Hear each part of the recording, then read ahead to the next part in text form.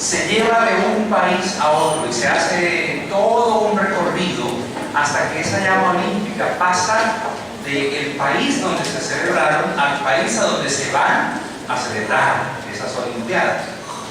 Y dentro de esas olimpiadas hay una carrera muy importante que se llama carrera de relevos, donde 4 competidores se pasan una posta el uno al otro, esperando que el último que la reciba remate de una manera tal que gane esa competencia atlética. Bueno, pues hoy quiero hablarles no acerca de la llama olímpica, no de la posta de una carrera atlética, pero sí de la más grande de todas las encomiendas que el Señor Jesucristo nos dejó como iglesia.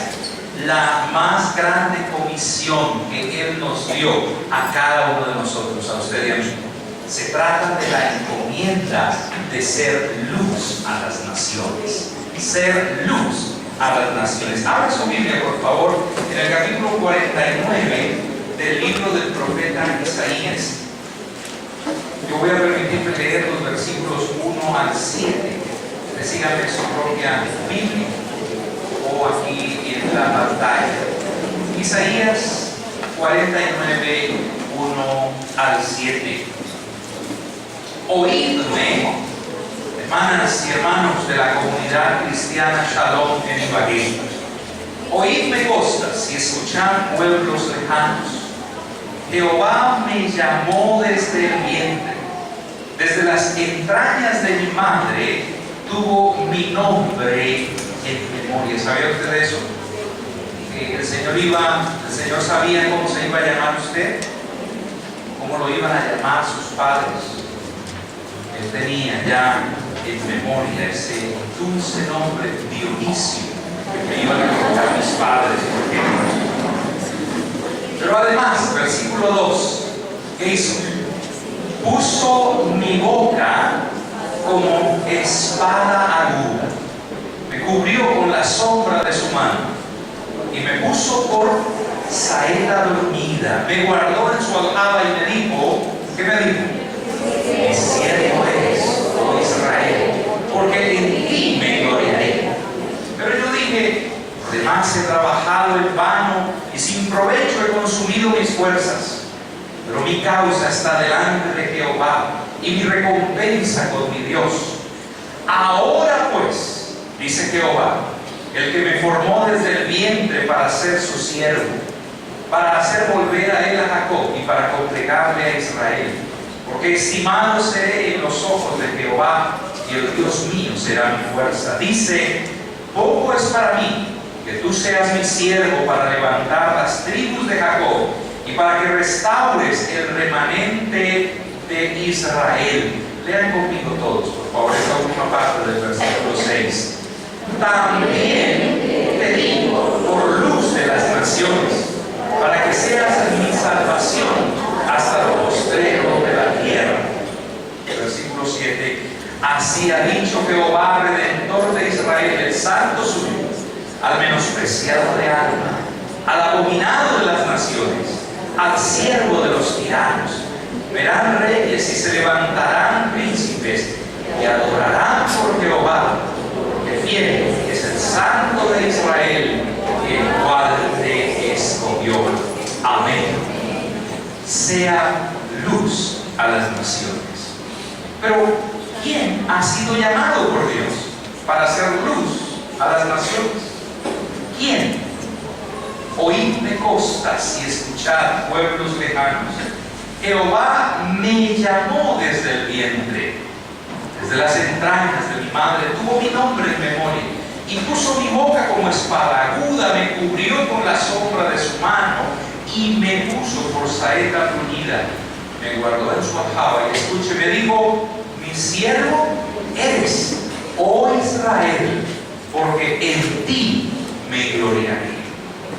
En primer lugar, no hay duda que estas características se aplican literal y directamente al pueblo de Israel, al que Dios llama su siervo, y me dijo, mi siervo eres, oh Israel. Sin embargo, este es también un pasaje mesiánico, y para ser exactos, una profecía mesiánica, Por tanto, el siervo de Dios al que el profeta Isaías se refiere, quizás sin saberlo, es el Mesías, el Cristo, el Señor Jesucristo. La descripción que hace aquí el profeta Isaías coincide maravillosamente con la del apóstol Juan cuando recibió la revelación del Señor Jesucristo, tal y como es registrada en el capítulo 1 del libro de Apocalipsis. De él dice el apóstol Juan: sus pies eran semejantes al bronce bruñido, refulgente como el horno, y su voz como estruendo de muchas aguas. Tenía en su diestra 7 estrellas, de su boca salía una espada aguda de 2 filos, y su rostro era como el sol cuando resplandece en su fuerza. Pero el siervo llamado por Dios para hacer luz a las naciones es no solamente el pueblo de Israel y el Señor Jesucristo, sino también la iglesia y cada discípulo del Señor Jesucristo. En otras palabras, ese siervo es usted, ese siervo soy yo. Por eso quiero invitarle a que nos fijemos en las características del siervo y cómo se aplican al Señor Jesucristo, pero cómo se aplican también a cada uno de nosotros como miembros de la iglesia del Señor Jesucristo. De ese siervo, dice la Biblia, uso mi boca como espada aguda. Esa espada aguda es símbolo de la palabra de Dios. Esa palabra que es viva y eficaz y más cortante que espada de 2 filos. Jesucristo, hermanos, no habló otra palabra que la palabra de Dios. Siempre tuvo en su boca entonces esa espada aguda de la palabra de Dios. Pero también a nosotros, a usted y a mí, nos fue dada esa palabra que es más cortante que espada de 2 filos, la palabra de Dios, como el corazón de nuestro mensaje. Pero además de usted como siervo del Señor Jesucristo, la Biblia dice: me puso por saeta bruñida. ¿Qué es la saeta? La saeta es una flecha. En el tiempo del profeta Isaías, las flechas se hacían de un asta de caña o de madera fuerte y liviana y de una punta afilada de bronce o de hierro que se bruñía hasta quedar brillante, afilada. Eso es lo que quiere decir precisamente bruñida, brillante o afilada. Pero el bronce de esa flecha simboliza el juicio para aquellos que rechazan a Jesús, que rechazan el Evangelio. Pues la Biblia dice que el que en Él cree, el Señor Jesucristo, no es condenado. Pero el que no cree ya ha sido ¿qué? Condenado, porque no ha creído en el nombre del unigénito Hijo de Dios. De ese siervo la Biblia dice: puso mi boca como espada aguda, me puso por saeta bruñida, pero además me guardó en su aljaba. La aljaba, recordemos, era el lugar donde los arqueros, no los arqueros de fútbol, sino los arqueros de arco y flecha, los soldados, los cazadores, guardaban sus flechas hasta el momento de usarlas. En este pasaje la aljaba simboliza el lugar de protección. Y es que en un sentido el Señor Jesucristo estuvo guardado, estuvo reservado al lado del Padre hasta el momento en que en el calendario divino debió hacer su aparición en la historia para cumplir su misión de pagar el precio de la redención de la humanidad con su muerte en la cruz. Pero también, hermanos, cada uno de nosotros como miembros de la iglesia de Jesucristo fuimos llamados, fuimos escogidos, fuimos separados desde antes de nacer para la misma misión. También a usted Dios le ha guardado de su alma. También a usted Dios le ha protegido. ¿Lo ha hecho Él? Le ha sostenido. ¿Lo ha hecho Él? Y le ha reservado para sus propósitos, no para los suyos, pero para los propósitos de Él. Me guardó en su aljaba, me puso por saeta bruñida, puso mi boca como espada aguda y me dijo: mi siervo eres. Mi siervo eres. En el caso del Señor Jesucristo, Él fue el siervo de Dios por excelencia. Él asumió su misión como servicio. Por eso digo, el Hijo del Hombre no vino para ser servido, sino ¿para qué? Para servir. Y a través de su vida de servicio, dio siempre la gloria a Dios el Padre. Pero también cada uno de nosotros, usted y yo, hermanos, hemos sido llamados por Dios el Padre, no solamente para ser sus hijos, no solamente para ser discípulos de Jesucristo, sino también para ser siervos suyos y de la misión que Él nos encomendó. El versículo 7, quiero hacer una breve referencia a él, nos da un salto hasta el final de la historia, cuando el siervo sufriente será adorado por los reyes y por los señores de la tierra, y ese siervo humilde será exaltado entonces como el Señor del universo. A él se refiere el versículo 7. El profeta Isaías en este versículo: así ha dicho Jehová, Redentor de Israel, el santo suyo, al menospreciado de alma, al abominado de las naciones, al siervo de los tiranos. Verán reyes y se levantarán príncipes, ¿y qué harán? Adorarán por Jehová, porque fiel es el santo de Israel, el cual escogió. Entonces, el siervo al cual Dios encomendó la tarea de ser luz a las naciones es, en primer lugar, la nación de Israel en el Antiguo Testamento, es el Señor Jesucristo, pero es también su iglesia, usted y yo, aquí y ahora, en el lugar donde el Señor nos ha colocado. Y como sus siervos, entonces, Él nos ha equipado para cumplir esa tarea. Nos ha dado su palabra, esa palabra que es como una flecha que cumple siempre su misión. Él nos ha guardado y Él ha hecho de nosotros no solamente sus hijos, sino también sus siervos. La pregunta ahora es: ¿qué significa ser luz a la nación? Si Él nos dio esa encomienda, ¿qué significa esa encomienda? Bueno, para Jesús significó que su misión salvífica no se limitaría al pueblo de Israel, sino que se extendería a nosotros los gentiles. Por eso el Señor Jesucristo, dice la Biblia: ahora pues, dice Jehová, el que me formó desde el vientre para ser su siervo, para hacer volver a él a Jacob y para congregarle a Israel, porque estimado seré en los ojos de Jehová, y el Dios mío será mi fuerza. Escuche, poco es para mí que tú seas mi siervo para levantar las tribus de Jacob y para que restaures el remanente de Israel. También te di por luz de ¿qué? De las naciones, para que seas mi salvación hasta lo postrero de la tierra.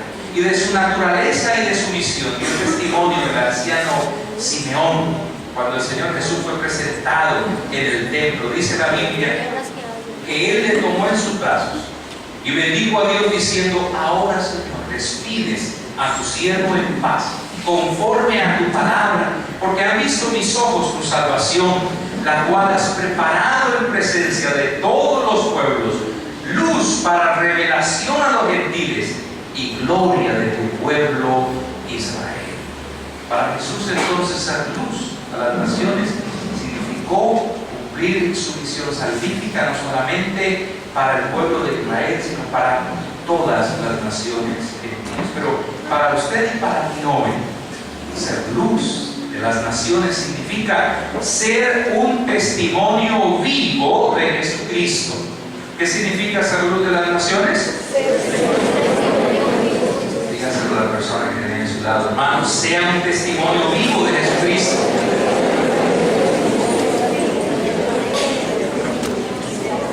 En otras palabras, ser luz de las naciones significa ser luz para la iglesia, para cada uno de nosotros, para usted y para mí. Ser luz a las naciones significa reflejar la luz de Cristo, la luz que es Cristo en nosotros, reflejarla a las personas que nos rodean. Así lo entendieron el apóstol Pablo y Bernabé cuando en representación de la iglesia fueron rechazados por los judíos de la sinagoga en Antioquía de Pisidia. El Espíritu Santo puso en su boca las palabras del profeta y las apropiaron a su vida, a su visión. Dice la Biblia que entonces Pablo y Bernabé, hablando con denuedo, dijeron: a vosotros, a la verdad, era necesario que se os hablase primero la palabra de Dios. Mas puesto que la desecháis y no os juzgáis dignos de la vida eterna, he aquí, nos volvemos a los gentiles, porque así nos ha mandado el Señor, diciendo: te he puesto para luz de los gentiles, a fin de que seas para salvación hasta lo último de la tierra. ¿Recuerdan ustedes que en la última fiesta de los tabernáculos, de la que el Señor Jesús participó, en esa fiesta hizo una gran proclamación cuando dijo: yo soy la luz del mundo? Y a continuación declaró: el que me sigue no andará en qué, sino que tendrá que la luz de la vida. Así que, hermanos, en Cristo Dios nos da, por así decirlo, la luz de su rostro para que andemos en ella. La Biblia dice: Dios ordenó que la luz resplandeciera en las tinieblas e hizo brillar su luz en nuestro corazón para que conociéramos la gloria de Dios que resplandece en el rostro de Cristo. Pero además Jesús, quien es la luz del mundo, la luz en singular y con mayúscula, dijo: vosotros sois ¿qué? La luz del mundo. Por eso el apóstol Pablo declaró: porque en otro tiempo erais tinieblas, mas ahora sois luz en el Señor. Andad como hijos de luz. Somos hijos de luz, hermanos, eso sí, para que seamos irreprensibles y sencillos, hijos de Dios sin mancha, en medio de una generación maligna y perversa, en medio de la cual, dice la Biblia, resplandecéis como luminares en el mundo. Ahora, yo sé lo que algunos de ustedes están pensando en este mundo, pero no porque tenga la capacidad de leer su pensamiento, sino porque yo mismo me hice esa pregunta. Todo eso dice la Biblia acerca de mí, a pesar de lo que soy, ¿sí? La Biblia dice que soy luz del mundo, dice que soy luminar en medio de una generación como esta. Sí. Eso dice la Biblia que es usted. ¿Cuál es entonces la otra parte? La otra parte es la que la Biblia menciona. Dice: andad como hijos de luz. Si soy un hijo de luz, ¿cómo tengo que andar? ¿Cómo tengo que vivir? Como hijo de luz. Eso es lo que significa ser luz de las naciones, hermanos. Ser luz. Reflejar la luz de Cristo que está en nuestro corazón. Si de verdad le hemos invitado a entrar a nuestro corazón, si de verdad cultivamos una relación con Él como nuestro Señor y como nuestro Salvador. Pero ser luz de las naciones significa también predicar el Evangelio. ¿Qué significa ser luz de las naciones? Al fin y al cabo, para el cumplimiento de esta misión fue que el Señor nos hizo sus siervos, nos dio su palabra como espada afilada. Fue para que prediquemos el Evangelio que nos guardó en su aljaba como flechas bruñidas. Ahora, la luz en la Biblia es sinónimo del Evangelio. Por eso la Biblia dice que Cristo destruyó la muerte y sacó a luz la vida incorruptible mediante el Evangelio. ¿Qué es entonces proclamar la luz? Proclamar el Evangelio, la buena nueva, la buena noticia de que el Mesías, Cristo, tenía que morir, que sería el primero en resucitar de entre los muertos y después anunciaría la luz tanto a su pueblo como a las demás naciones. He ahí, hermanos, nuestra razón de ser y la razón de nuestro quehacer. Mas vosotros, dice la Biblia, sois linaje escogido, real sacerdocio, nación santa, pueblo adquirido por Dios. ¿Para qué? Para que anunciéis las virtudes de aquel que os llamó. ¿De dónde? De las tinieblas. ¿A dónde?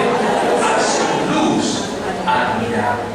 Ahora, hermanos, la predicación de la palabra de Dios, el anuncio del Evangelio de Jesucristo, trae salvación a aquellos que lo reciben, pero trae condenación y juicio a aquellos que lo rechazan. Eso es precisamente lo que significa, como lo mencionamos, el bronce de la saeta bruñida. Pero su responsabilidad y la mía no es salvar, no es condenar. Que algunos hermanos parecen seleccionar previamente la persona o grupo de personas a quienes les comparten el Evangelio. Dicen, estos sí, estos no. Esa no es su responsabilidad. Su obligación es predicar el Evangelio.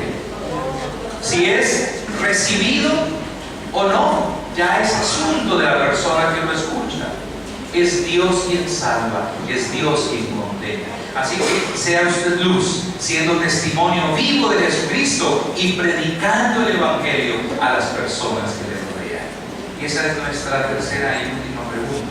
Ya hemos visto a quién le fue dada la encomienda de ser luz de las naciones, ¿cierto? Israel en el Antiguo Testamento, el Señor Jesucristo en ese momento histórico que Dios el Padre le envió a esta tierra, pero la iglesia, usted y yo aquí y ahora. Hemos visto qué significa ser luz de las naciones. ¿Qué significa? Ser un testimonio vivo de Jesucristo, ser luz, reflejar la luz de Él que está en nosotros, su misma presencia, pero también predicar el Evangelio a las personas que nos rodean. ¿Dónde ser luz a las naciones? Ahora, la respuesta está implícita. Te di por luz de las naciones, para que seas mi salvación. ¿Hasta dónde? Hasta lo postrero, dice, hasta el último rincón de la tierra. Debemos ser luz entonces, en primer lugar, a las naciones. La misión de la iglesia, su misión y la mía, abarca todas las naciones.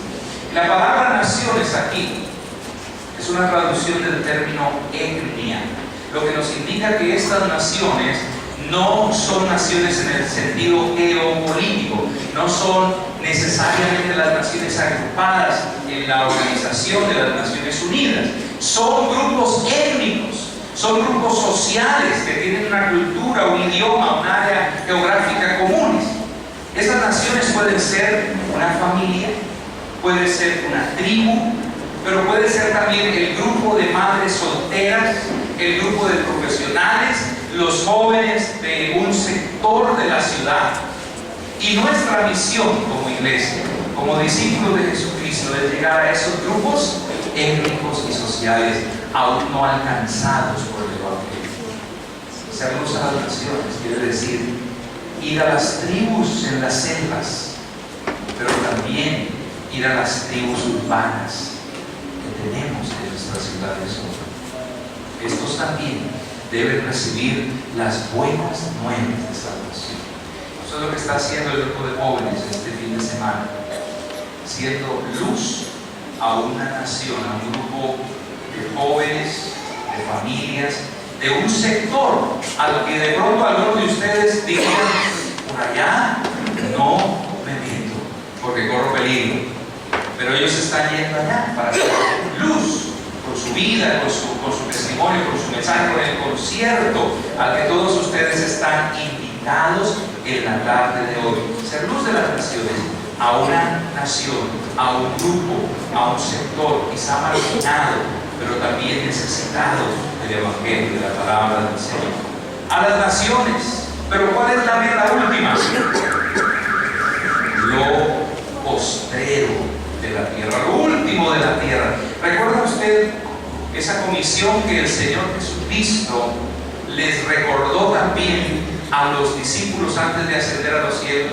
En Hechos capítulo 1, versículo 8, que les dijo el Señor: pero recibiréis poder cuando haya venido sobre vosotros el Espíritu Santo, y me seréis testigos en Jerusalén, en toda Judea, en Samaria, y ¿hasta dónde?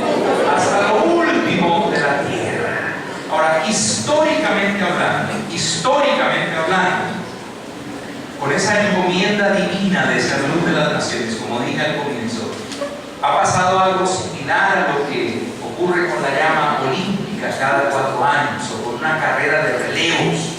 Dios entregó primeramente la antorcha, la posta de la luz de las naciones al pueblo de Israel. El pueblo de Israel fue llamado por Dios para ser su testigo y testimonio como el único Dios vivo y verdadero a los pueblos paganos de la antigüedad. Sin embargo, en su rebeldía, en su ceguera espiritual, en su orgullo nacional, Israel fracasó en el cumplimiento de esta misión. Dios el Padre entonces pasó esa antorcha, esa posta de manos del pueblo de Israel a las manos del Señor Jesucristo. Y así entendió el Señor Jesús su misión al declarar: yo soy la luz del mundo.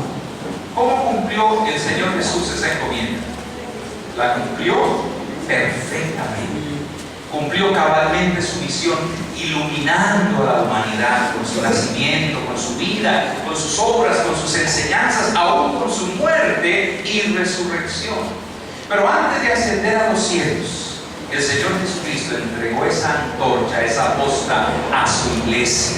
Un adelanto de esa entrega se evidenció en sus declaraciones como: vosotros sois la luz del mundo.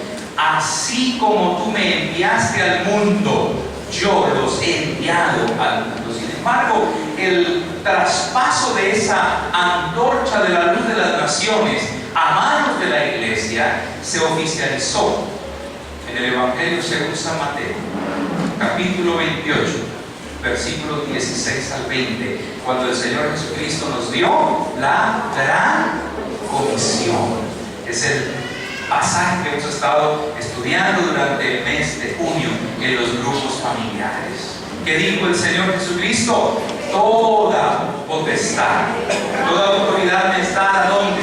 En el cielo y en la tierra. Por tanto, ¿qué? Ir y hacer ¿qué? Discípulos, ¿a dónde? A todas las naciones. ¿Cómo? Bautizándoles en el nombre del Padre, del Hijo y del Espíritu Santo, enseñándoles que guarden todas las cosas que os he mandado. ¿Y qué promesa nos dio? He aquí, yo estoy con vosotros cuando todos los días hasta el fin del mundo. Ahora, hermanos, la primera iglesia cumplió con la misión encomendada, tal y como lo registró el doctor Lucas en el libro de los Hechos, y desarrolló la agenda que el mismo Señor Jesucristo le señaló en Hechos capítulo 1 versículo 8. Llevó el Evangelio desde Jerusalén, luego a toda Judea, Samaria y hasta Roma, que en ese momento simbolizaba el corazón del mundo conocido. Sin embargo, de la iglesia del primer siglo en el Medio Oriente, pudiéramos decir que la antorcha pasó a la iglesia en Europa. Y por cerca de 10 siglos, esa luz pareció extinguirse en medio del oscurantismo que cubrió al continente europeo durante la Edad Media. Sin embargo, antes y después de la reforma protestante del siglo XVI, podemos ver algunos destellos de esa luz en la vida y hombres, como las de los moravos, que fueron los precursores de las misiones modernas. Ya para el siglo XVIII y XIX, esa antorcha fue sostenida nuevamente por la iglesia en Inglaterra. Fue en Inglaterra donde nacieron formalmente las misiones modernas, en donde se inició todo movimiento para alcanzar el mundo con la luz de Cristo. Hombres como Hudson Taylor, como su misión al interior de China, David Livingstone, su misión al corazón del África, hicieron que la luz volviera a brillar en esos continentes. Pudiera decirse que en los últimos años del siglo XIX y en una buena parte del siglo XX, la antorcha de la luz de las naciones ha sido sostenida por los Estados Unidos. Para fines de la década de los 80, 1980, había cerca de 50,000 misioneros norteamericanos, por ejemplo, alrededor del mundo. Sin embargo, día tras día, las puertas de tribus, de países y de pueblos parecen cerrarse a los misioneros del norte. Por eso la pregunta es: ¿a quiénes les toca el turno ahora? ¿Quién debe empuñar ¿Quién debe levantar en alto la antorcha de la luz de las naciones? Yo creo que esa es la iglesia del llamado tercero. Por fin he tocado entonces el turno a África, a Asia, a América Latina. Y eso fue evidente, hermanos, en el tercer Congreso Mundial de Evangelización celebrado en Ciudad del Cabo en el año 2010. Ustedes recuerdan bien, el Señor nos permitió en representación de Colombia participar en ese encuentro. Y fue todo un desafío para nosotros los latinoamericanos, pero más para los norteamericanos y para los europeos, escuchar a predicadores africanos diciendo: es la hora de África, de que enviemos misioneros a Europa, a los Estados Unidos. Y así está ocurriendo, porque en Europa, por ejemplo, mientras se cierran iglesias, se cierran capillas cristianas, se abren mezquitas, se vive en lo que algunos han llamado el post-cristianismo. Se están necesitando entonces misioneros de los continentes y países, tristemente, antes evangelizados por estos continentes, pero ahora cerrados al Evangelio de Cristo. Hermanos, es el tiempo de la iglesia latinoamericana, es el tiempo de la iglesia colombiana, es el tiempo de la iglesia libanesa, es el tiempo de la iglesia Shalom, es el tiempo suyo y mío. Y gracias al Señor que nos reservó para este momento histórico. Es a ustedes y a mí a quienes nos corresponde entonces el remate final de la historia y el alto privilegio, pero la gran responsabilidad de llevar la luz de Cristo hasta el último rincón de la tierra, como una de las señales que precederán a la segunda venida de Cristo a esta tierra. En la iglesia del primer siglo, sin embargo, la gran comisión no fue considerada como la motivación principal, ni mucho menos de la misión. La difusión del Evangelio en los primeros siglos no se hizo en obediencia a una nueva ley con una actitud legalista. La obligación de predicar el Evangelio no depende de la letra, sino del Espíritu de Cristo. No de lo que Él ordena, sino de lo que Él es. Y el Espíritu de Cristo es el Espíritu del amor, de la compasión, del deseo que Dios tiene respecto a aquellos que están alejados de Él. Por eso, hermanos, la gran comisión es un llamado.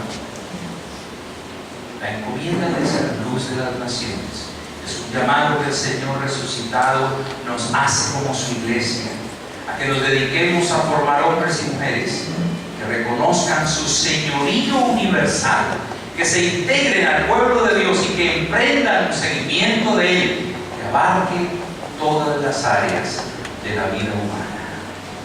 Al cerrar el primer semestre de este año y al abrir el segundo semestre de este año, el que no estamos seguros si vamos a terminar, recuerde que usted tiene una encomienda dada por Dios. ¿Cuál es esa encomienda?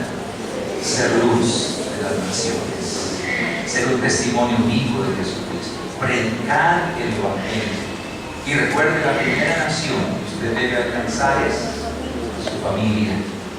Ella es su Jerusalén. Y mientras va por el camino de la vida, entonces haga discípulos entre sus vecinos, amigos, compañeros de estudio, de trabajo, de la ciudad. Y si el Señor le permite cruzar fronteras geográficas, entonces hágalos también en los países y a las naciones a donde el Señor les lleve. Pero recuerden que en usted está la encomienda de ser luz en el momento, en el lugar donde el Señor le tenga. La pregunta es: ¿cumplirá usted con esa encomienda? Israel fracasó. Jesús cumplió perfectamente. La iglesia del primer siglo obedeció, empoderada por el Espíritu Santo. Ustedes y yo también tenemos todos los recursos que necesitamos para cumplir nuestra tarea. Aquellos de ustedes que en este día quieren decirle al Señor: Señor, hoy estamos terminando el primer semestre de este año, comenzando el segundo. Yo quiero comprometerme contigo, yo quiero reafirmar mi compromiso de ser lo que tú dices que soy y de cumplir con la tarea que tú me has encomendado. Aquellos de ustedes que quieren decírselo al Señor de corazón, pónganse de pie, por favor.